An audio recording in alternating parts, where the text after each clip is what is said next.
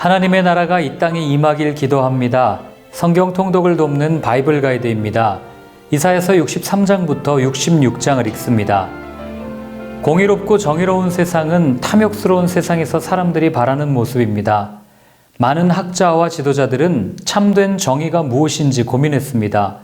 자유와 절제 사이에서, 개인과 국가 사이에서, 소수와 다수 사이에서 어느 것이 옳은지 줄타기했습니다. 결국 사람들이 집중하는 정의는 분배의 평등일 뿐입니다. 누가 더 갖느냐에 관심을 둡니다. 내가 무엇을 가졌고 누리느냐에 흥미를 보입니다. 그에 반해 오늘 본문은 하나님의 공의가 무엇인지, 그리고 그 공의가 어떻게 실현되는지를 보여줍니다.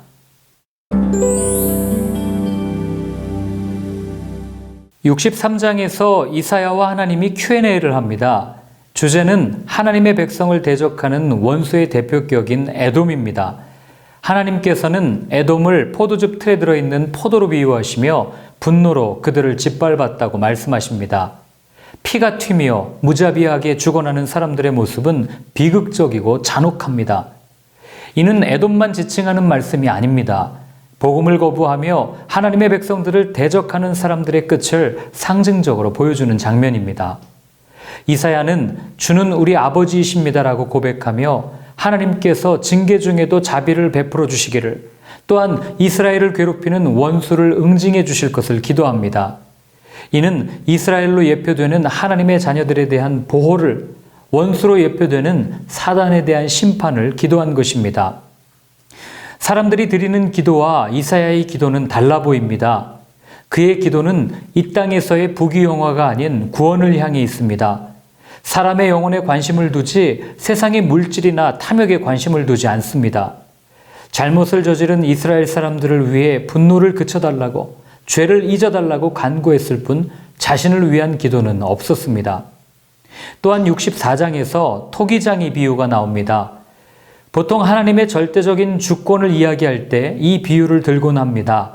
사람의 회복과 멸망, 예정과 섭리 등 모든 것이 전적으로 하나님께 달려있다는 것입니다.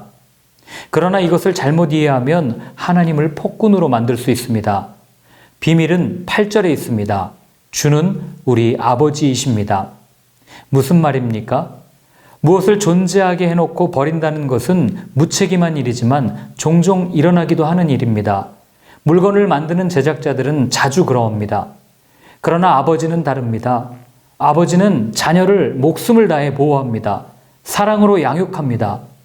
하나님께서는 이스라엘에 대한 절대 주권을 가지고 계십니다. 동시에 아버지로서 이스라엘을 끝까지 책임지고 보호하고 계심을 토기장이 비유가 알려줍니다.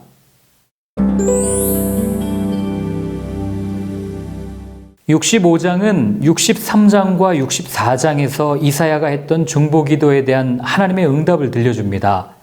하나님께서는 먼저 그들이 저질렀던 우상숭배를 지적하십니다. 4절에 나오는 돼지고기를 먹었다는 표현은 그들이 율법, 하나님의 말씀에서 얼마나 멀리 떨어져 있었는지를 단적으로 보여줍니다.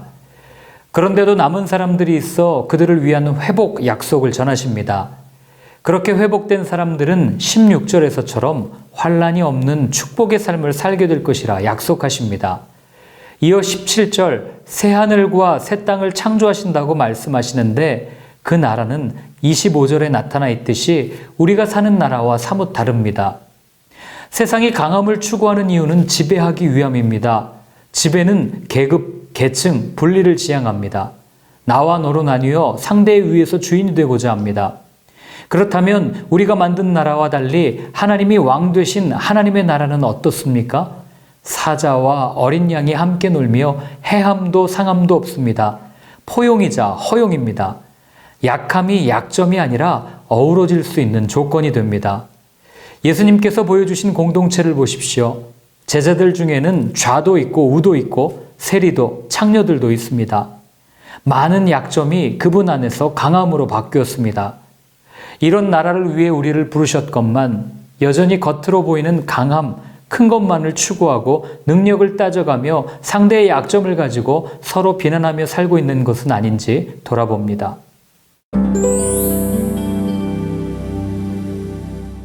사실 65장에서 이사야서가 끝나도 전혀 어색하지 않습니다. 새 하늘과 새 땅에 대한 비전으로 희망을 품게 하기 때문입니다. 그런데 66장을 기록한 이유가 무엇일까요? 이사야에게 중요했던 것은 새로운 나라가 도래하는 것에 있는 것이 아니라 그 나라의 시작과 끝이 오직 하나님의 은혜로 된다는 것을 알리는 데 있었기 때문입니다.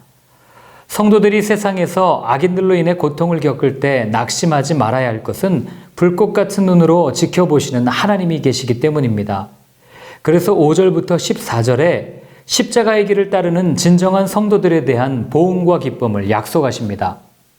더욱 놀라운 것은 21절, 나는 그 가운데서 택하여 제사장과 레위인을 삼으리라 여호와의 말이니라. 유대인들 중에서도 거룩하다고 인정받는 사람에게 주어지는 직분인 제사장을 이방인들 가운데서 세우시겠다고 약속하신 것입니다. 당시 사람들은 전혀 이해할 수 없는 말씀이었습니다. 이 말씀이 언제 성취됩니까? 신약시대에 성취됩니다. 베드로전서 2장 9절, 너희는 택하신 족속이요 왕같은 제사장들이요 거룩한 나라요 그의 소유가 된 백성이니. 예수님을 그리스도로 고백하는 성도에게 주어진 약속입니다. 그래서 우리는 제사장을 통해서가 아니라 직접 하나님께 나아가는 영광을 입은 거룩한 성도인 것입니다.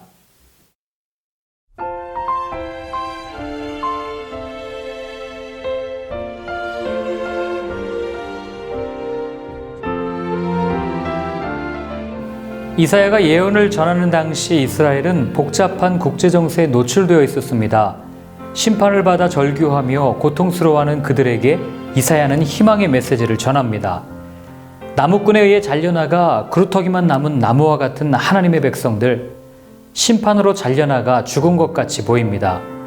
그러나 하나님은 죽은 것 같은 그루터기에 싹이 나게 하십니다. 몸뚱이가 잘려 죽은 나무 같지만 뿌리가 살아있으면 죽은 것이 아닙니다. 반드시 살아납니다. 이사야가 보았던 환상입니다.